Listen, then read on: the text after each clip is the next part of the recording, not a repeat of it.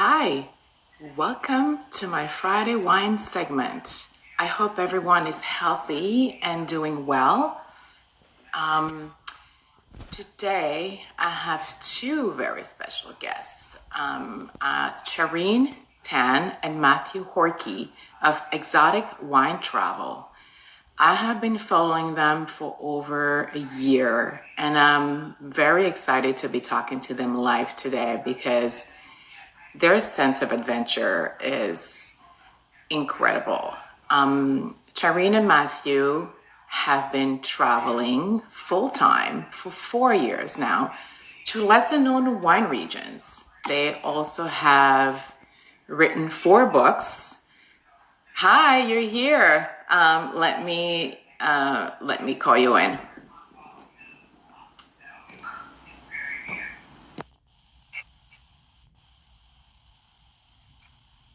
Hi. So today I will be talking to Charine and Matthew Hi. of Exotic Can you Wine hear us Travel. well? Yes, I can hear you. Whoopsie. I am so excited to talk to you guys because I've been following you for over a year and I love what you do. Thank you. It's really nice been talking to you the whole year as well. My hair's gone crazy. I haven't cut it for 3 months because we're in lockdown still. So. Oh my God, please. This is like a situation here. So welcome, guys. I'm so happy to talk to you today. You are truly one of a kind, two of a kind. You have been traveling full time for the past 4 years to lesser known wine regions. Five now. Five. Wow. So you've been to Croatia, Georgia, Armenia, Bosnia-Herzegovina. I mean, you name it, you've been there, right? Yeah. Yeah. Well, we travel full time. We spent everywhere: New World, Old World. Mm-hmm. We were in Thailand with the Thai Wine Association earlier this year. Spent 3 months in Baja, in the wine regions in Baja, Mexico. We spent most of the time in Europe, though, definitely. Yeah, our key focus is on Central, Eastern, Southern European wine. But of course, I think regardless of the focus, it's always important to go back to France, Italy, Portugal, because those are classic references that we all can relate to as wine lovers. Yeah, we... last year, I think we were in Italy about 8 or 9 times, France a couple of times, Portugal for a good 2 weeks. So we're running the gamut wherever we can. You're amazing. So are you guys stranded in Zagreb right now? Yeah, we're locked down here in Zagreb at the moment. Yeah, wow. The isolation, generally they have loosened up. People are allowed to go out and stuff, but as you can imagine, all the borders are closed, so there's no way for us to get out of the country. Yeah, so not a bad place to be stuck in, no? It's not a bad place. Croatians are, so you grew up in Paris, right? But did you live in Zagreb, or were you born? No. So I never lived in Croatia. I was born and raised in Paris, but I would go to Croatia every summer to visit my grandparents that are down the coast in Zagreb. In Zadar, sorry. So I spent my entire summers in Croatia just going to the beach, hanging out. My grandfather has vineyards. So it was something that, it was kind of like a natural thing for me to just hang out in the vineyards, and we didn't drink much because back then my grandfather was making, domestic wine. Domaće vino. Yeah. Did you have to dilute it with water? What's that? Did you have to dilute the wine with water? That's what they usually do. Lots of water. It's not bad being here. It's so funny. We went to the police station yesterday because we were getting close to our 90 days, which is foreigners can stay 90 days. And the police officer looked at our passport and said, "Are you planning on leaving Croatia?" I said, "Yeah, when everything's clears up." And he said, he just handed the passport back to us and said, "Okay, go." Yeah, I mean, what are they going to do? You want to be safe, right? So, I mean, I don't think you can even travel right now. No, we can't travel outside Croatia. Croatia's opened up, though. You can travel between the cities. Croatians are fantastic. Right now it's, you're in America, so let's see, convert. It's like probably 72, 73 degrees and sunny outside. Everybody's outside smiling. So when was your last trip to Croatia? Last summer. Last summer, I went to Croatia to visit family. You guys have seen way more wineries than I have because the problem I have when I go to Croatia is my husband and I, our background is Croatian. So we both have a lot of family there. So we just spend a lot of time running around and visiting family. So we just pop into Bibic Winery because it's 50 minutes. It's a 50-minute ride from where we are. And we always like to say hi. So, I just go and visit him every time we're there, but I don't really. He just jumped on. He just jumped on right now. Alan and Philip just came out. Hey, what's up, guys? Hi. So unfortunately, we don't take that much time to go around and see as many wineries that we would like. That's why I love following you because I actually learn a lot from you. Thank you. Thanks. And I really love your book, by the way. Oh, you have it there with you. Let's make sure the cover is the same. This is like the Croatian Wine Bible. Thank you. I think you brought out a really good point. The thing is that there are a lot of wineries all over Croatia. And of course, when people visit Croatia by the coast and all that, there are plenty of wine. And I think that's the main problem and the genesis of our book, because we realize that it's actually really difficult to find great wines, even though there are plenty of great wines in Croatia, but people are bombarded by more of like average drinkable wines, and they don't get the chance to experience a really high quality wine like Bibic. So Bibic is very famous, I mean, in general to locals and also visitors, but there's just a lot more Croatian wines that people can explore. Yeah. I mean, I think this is this puts it best. So one of our good friends writes for Peloton magazine, a cycling magazine, and he writes about his editorial pieces are just about where to bike, mostly in Europe, and to drink wine. And he's been to Croatia before, so he writes about wine, and he said the wine was terrible, and he was telling me in France when I met him, he said, oh, he said, oh, the wines are off. I said, you didn't taste the right ones. I said, trust me, you didn't taste the right ones. So this year, at a big tasting that was in Zagreb every year, we helped him get invited. And I remember on the second day, he looked at me, he's like, there's a lot of great wines here. Great wines. I said, yeah, of course. So guys, I'm curious. So what made you decide to travel the world in search of lesser known wines? Tell me the secret. It started actually in 2015. It was supposed to be a sabbatical trip for the both of us. And we were traveling to Italy, the classic wine regions like Etna, Barolo, Barbaresco, and then we went to Porto as well. All Portugal, Spain, and then we went to Turkey, Armenia, and Georgia. When we went to Turkey, Armenia, and Georgia, it wasn't exactly for wine, but it was just, we wanted to visit the area, but it was later we found that, hey, this is also the birthplace of wine. And we always enjoyed wine. So we went there with the intention to try out like the original wines from back in the days and stuff. And at the end of the trip, another thing, we realized something else. We were spending most of our money and savings on wine. It was just like a ridiculous amount that it was a little bit of an epiphany moment for us, but it was also a little bit of a scare. We asked ourselves, can we turn this into an investment? And because of our experience in Turkey, Armenia, and Georgia, it was really difficult because there wasn't a lot of information online about those wines. So we pretty much just put together our personal experience over there into a book, because we had experience publishing books, and it wasn't an intention to go into a wine industry. It was more of, let's put everything together and see how we can help fellow wine lovers.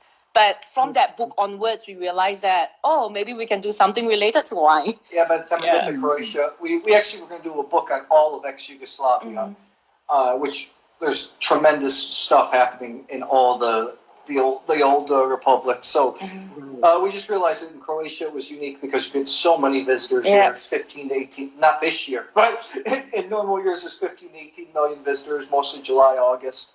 And it's really difficult to really find the top-notch wines, which there are some here. So. And people don't have the time to search for it. I mean, people come here and they spend like 1 week, 2 weeks. Just like you want to when you come, you want to go to the beach, right? You want to be on the coast. You want to be with family. So we were working. Go ahead. I'm sorry. No, go ahead, please. I was just gonna say it's hard to maneuver around the coast, and especially in the summertime. It's so busy that when you're in one place, you really don't want to go anywhere. And for as small of a country as it is, it's really hard to get around because the mountains, the ferries, everything like that. I was going to say that Charine was a management consultant in her past life. I'm a chiropractor at a chiropractic practice in Singapore. So when we transitioned to this new thing into wine, I mean, I love Barolo, Charine loves Burgundy, but we couldn't start writing about these kinds of regions because we're brand new. So we started out about writing about these unique wine regions. I see somebody from Moldova is on. We were just in Moldova for a week last year, and that's how we started. Just giving some of the lesser known regions, the underdogs of the wine world, a voice. I don't think so. I mean, you're doing something very unique, and I think everybody can talk about Burgundy and Barolo. It's like it's the wine that everybody wants to drink. But I think the toughest part is to find the lesser known wines and learn about it and know how to talk about it. I think that's a little bit more challenging, don't you think? Yeah, so we also go to the classic region. But I mean, we're in Italy like 8-9 times a year, but mostly the odd regions like Valle d'Aosta and Sicily and Sardinia and Puglia, that kind of thing. But we always talk about we never feel bad about what we're tasting. We have someone we have Angelico from Croatia, and then we have a friend from Armenia as well. I just want to show you that we're tasting an Armenian wine. We're tasting Armenian wine. This is Voski Hot Garandamak, Zora Voski. Fantastic wine. We take a lot of these wines to our collector friends and blind tastings. We do blind tastings with unique wines, and they always perform really, really well. So it's also something I think you can relate to as well with Croatian wine and other wine regions that you tasted from. When you taste a wine from a lesser-known wine region, it's like getting a bargain and having an adventurous discovery. There's so much more satisfaction in discovering something than just having another great wine. I agree. And then it's almost finding a gem, in the middle of nowhere. It's like, that's what I love about Croatian wines. And, thanks to you, actually, I'm discovering a lot more because of this fabulous book. There are a lot of indigenous varietals in Croatia. I wish we can bring them into America because a lot of sommeliers are very keen and are very into indigenous varietals and lesser known wines. And unfortunately, those wines are, there's smaller productions. It's harder to bring them in. It's almost not worth it for an importer to have those wines. So I just wish we could show this here. I mean, I'm in New York, in the New York area, and there's a lot of things going on here. Unfortunately, not right now in the restaurant scene, but in general, there is a craving for that, for the unknown, right? So I think now that Croatia has opened up these doors, I think it would be fantastic if we can have some of this great wines here. But, of course, we have to wait for this crisis to pass. Yeah. We actually did, 2 years ago, we did a presentation at the Astor Center in New York City with the Croatian Chamber of Commerce. So to our class, Charine got Wine Spectator. Wine Spectator came, Wine Enthusiast, Decanter, New York Times. Like the whole gamut. Yeah. And people really like the tasting in general. And there are a couple of new producers found, importers. But you're not going to compete on quantity. One of the largest wineries in Croatia makes, one of the largest wineries makes 15 million bottles a year. And there's only one of those. And then, the next second biggest one makes 1 million bottles. It's nothing when you're talking about Spain, Portugal, France, Italy. Yeah. But also, in the grand scheme of things as well, it's not just about importing wine. We see that what we do is something to bridge people of different culture and to get people to visit places as well. It was quite shocking. I mean, several years ago when we came to Croatia, I had friends in Singapore say, "Isn't Croatia Eastern European? Isn't that kind of dangerous?" And that is people have this kind of stereotype or assumption about a certain place, even places like Moldova, Armenia, Georgia. I think when people are into wine or they get to know about the culture and food, it's a very soft and friendly introduction to a country. So I think wine lovers or people interested in wine, we all pretty much speak the same language. So if we could just give them a taste of the country before telling them, why don't you come to visit? I think that's a very nice, soft, and very humane wine, a very humane way to bring people to the other places. Absolutely. I mean, food and wine bring people together, right?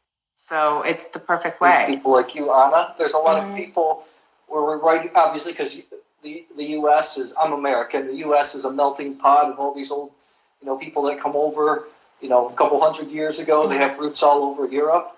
And when we read about countries like Croatia, Hungary, Slovakia, you get a lot of people reading our stuff and emailing us and saying, we're kind of like rediscovering my culture, rediscovering my roots. So, yes, those emails are quite, that's the emotional payoff, emotional paycheck, I should say.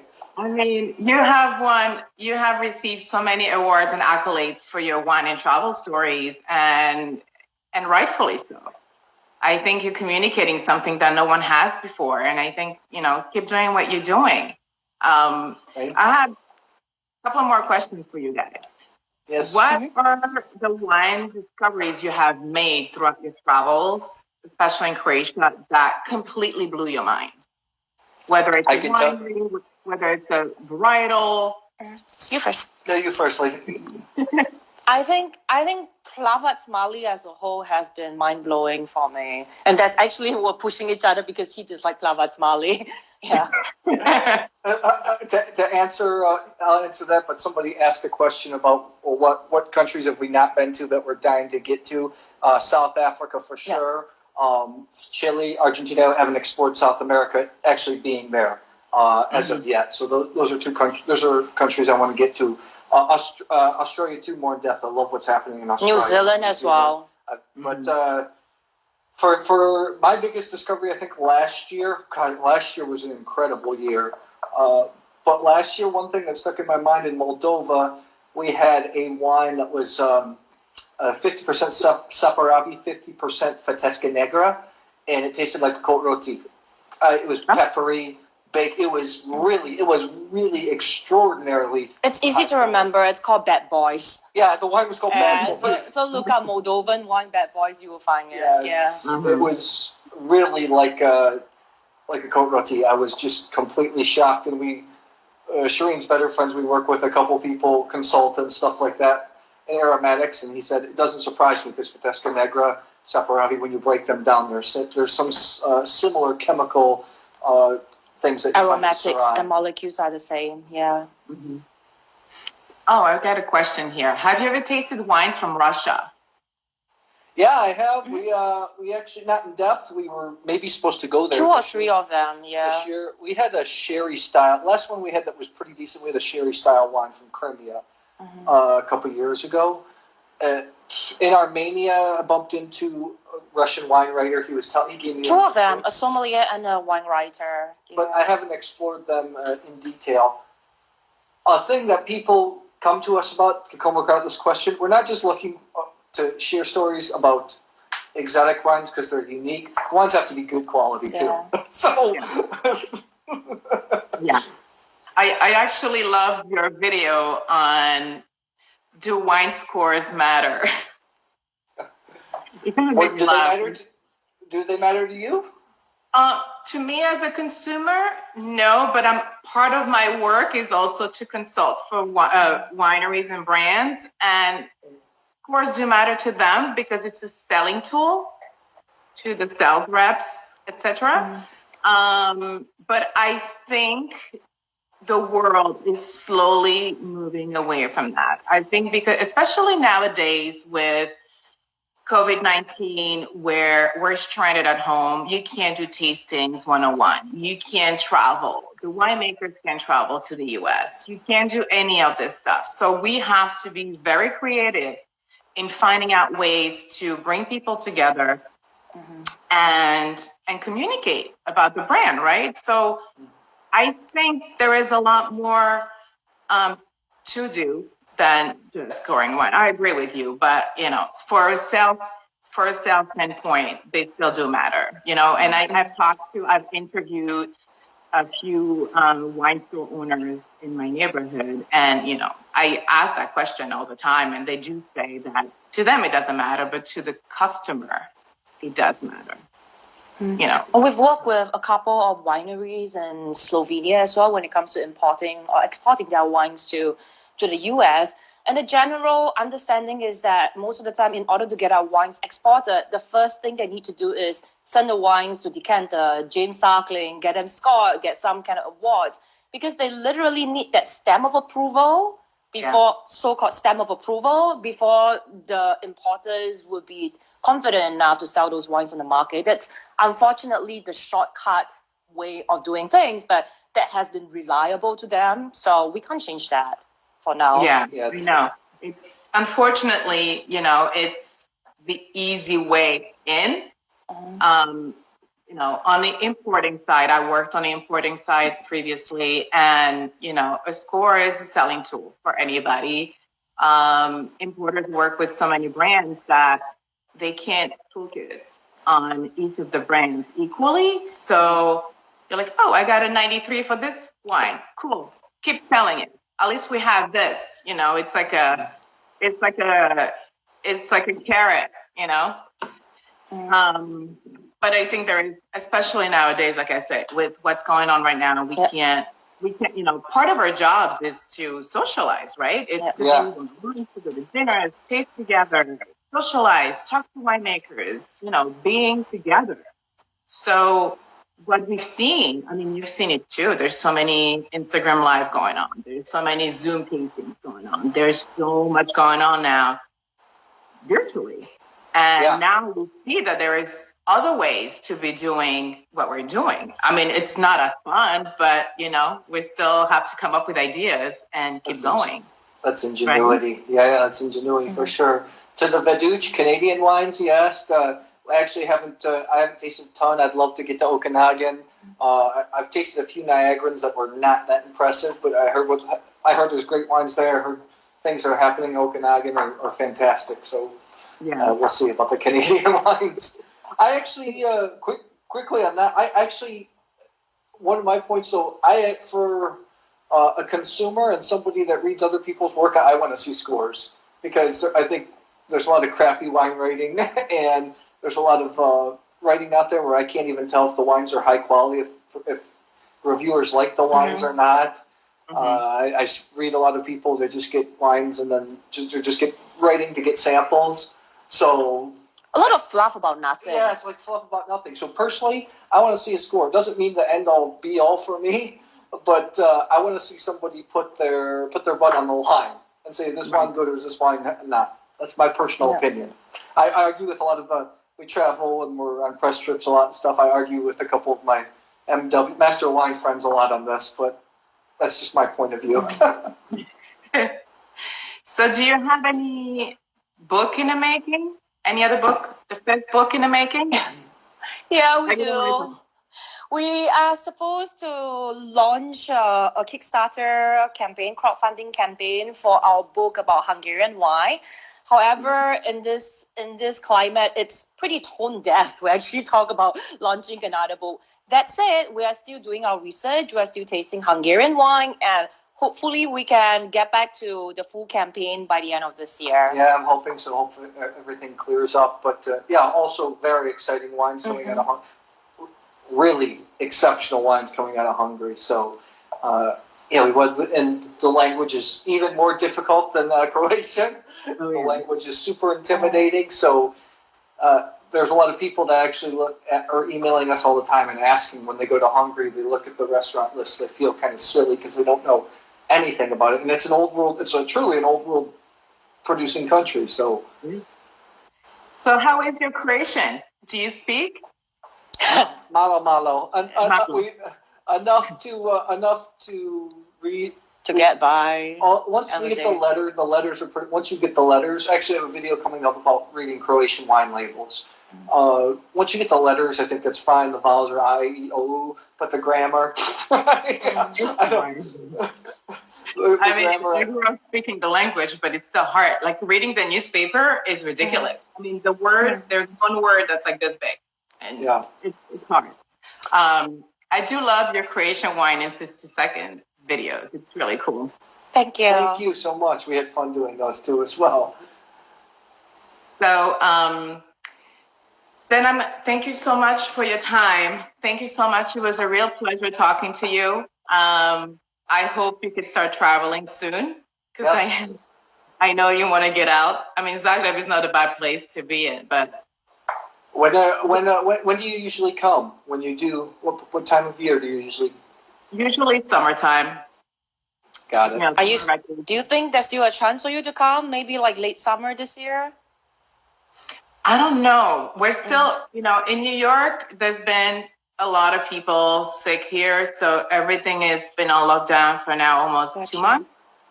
And I think this will be the state that will be the latest to reopen. So we're still, you know, it's a day-to-day process right now. We don't know. We can't make plans. Well, this summer is out. So hopefully we'll go to Croatia next summer. And I will definitely study. Definitely study. Well, you have your personal guide here. Yeah, you can just message drop us. a line. Yeah. And I have you at my fingertips, so I can always ask you questions.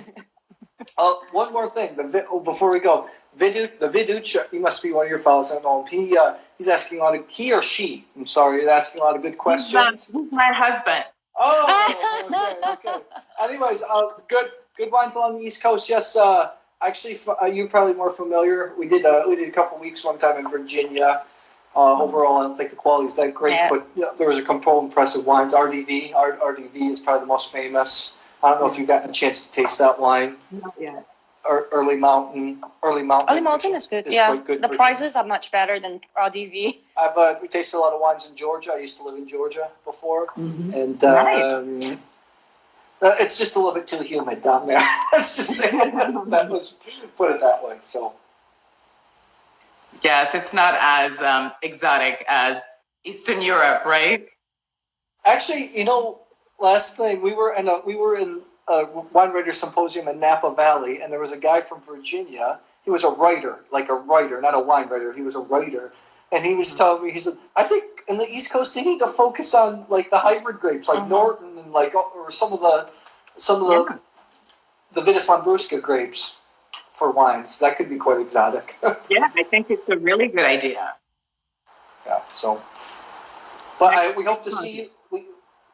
We hope to see you over here at some point. We're here about 3 or 4 months out of the year, and generally, so maybe we'll see you around. I hope to meet you in person very soon. Very much. You guys take care. Thank you so much for being here today. Enjoy your wine. I will talk to you soon. Thank you so much. I really appreciate you. Good to see you. Thanks for having us on. Take care. Thank you. Bye. Bye.